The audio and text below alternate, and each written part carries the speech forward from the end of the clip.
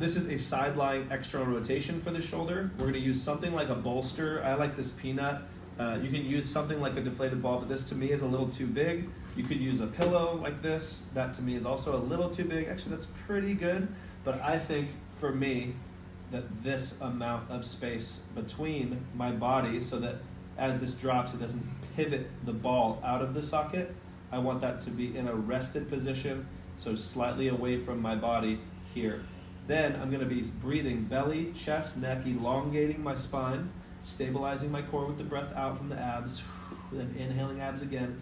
And as I'm expanding, I'm creating space in my rib cage so my shoulder blade can land against my spine. To help stabilize my scapula, I can put my arm forward, I can reach it really far forward, and then pull really far back. So I'm punching towards you, and then pulling my fist back toward me. That makes my scapula drop down toward my spine.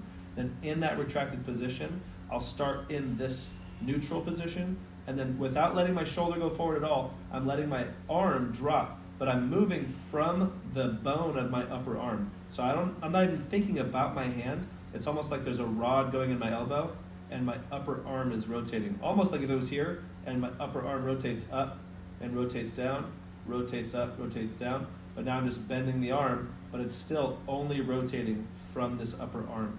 So breathing belly, chest, neck, not letting my shoulder come forward, but letting the arm turn in, and then not letting the shoulder go back because it's already retracted, letting that externally rotate from that upper arm bone.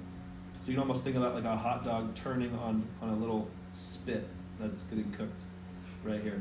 So for me, at the top, I'm almost thinking about the back of my elbow bone coming forward as it turns that corner, so that I don't get to the top and then end up like shrugging my shoulder to finish it. This is gonna be burning right below the bone of my scapula, the spine of my scapula, and my teres minor and my infraspinatus muscle.